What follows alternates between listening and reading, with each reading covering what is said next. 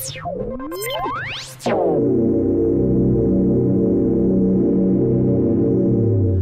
back. The last few weeks have been kind of busy around here and everything has not gone that well for me personally, but last week was a great week for the United States, capped off by the Supreme Court's decision on homosexual marriages. I'm happy to join in the celebration and share in the joy of many gay and lesbian friends I've had for many years. I don't have a lot to add to what's already been said, but since most YouTube users in general, and my viewers in particular, tend to be a lot younger than myself, there is one point that I would like to make sure gets addressed. It's frequently been mentioned how quickly attitudes have changed and how rapidly the acceptance for the notion of homosexual marriages and gay rights has evolved in the United States. It's almost as if this were a miracle of the moment.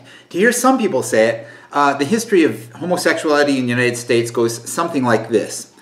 Number one, AIDS threatened civilization back in the 1980s, when it was easy to see perverts as getting their just desserts, until Rock Hudson, which complicated things.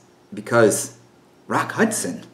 Number two, Carol and Susan get married on Friends in 1996, thereby letting the liberal elite media go nuts, and soon after we have Ellen DeGeneres coming out on Oprah and hosting awards shows. And finally, number three, June 26, 2015, everyone is allowed to marry. Piece of cake, right? It was not that easy. I want to remind people, young people especially, that it wasn't easy, and it certainly did not happen overnight. To that end, I'd like to focus on the story I know best, my own. Not because I'm gay, I'm not, but because I grew up ignorant and unaware of the pain and struggles faced by homosexuals every day of their lives. As a kid, I wasn't aware that anyone I knew was queer. My family didn't discuss it, except when my father would make jokes about how in San Francisco you could find a nut and a fruit behind every bush. And the one story he did tell is how, as a young man in the Navy, he had once accepted a ride hitchhiking from a man who put his hand on my dad's knee, saying, "You don't mind, do you?" Dad claimed, at least, that he punched the man in the face and got out of the car.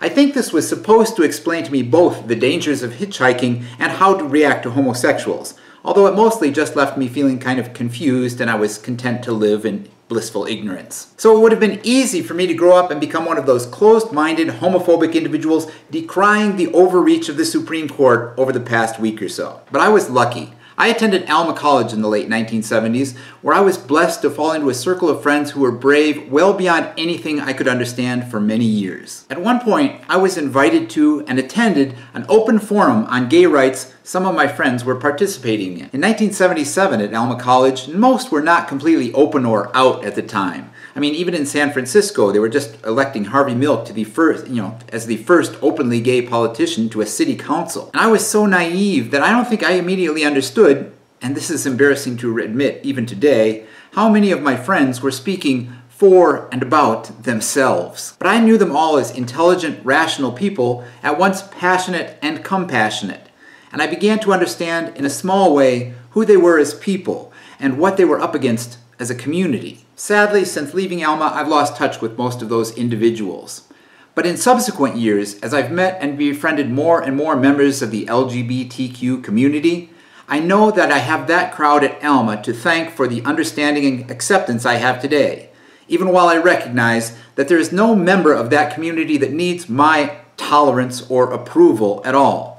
Their friendships are my blessing for which my life has been infinitely enriched. And when I think back on my time at Alma, which I know for myself often feels like several lifetimes ago, I know that this decision by 5 men and women to recognize their rights as human beings did not come about overnight. 40 years is an incredibly long time to wait. A loving campus relationship that begins at 20 and culminates in a wedding when you are 60 is not typically referred to as a whirlwind romance. So this change did not come about overnight. It came about because thousands upon thousands of brave men and women were willing to risk rejection by their friends, their families, and society as a whole to win something that should have been theirs by rights since birth. It didn't begin with the first Pride Parade in 1970, 45 years ago, or the Stonewall riots they commemorated, which had happened a year earlier. If you want to look for the struggle for freedom and equal rights for homosexuals in the United States, Independence Day might be a great time to remember Friedrich Wilhelm von Steuben, sent by Ben Franklin from France to George Washington to help save the faltering Continental Army. He became Washington's right-hand man and historians agree that without his guidance, the story of the American Revolution might have had an entirely different ending altogether. There might not even be a United States at all, and no Supreme Court to grant LGBTQ citizens the right to marry some 239 years later. The bottom line here, change does not come overnight. Progress comes, but only after long, sustained struggle. Keep that in mind, as important battles remain.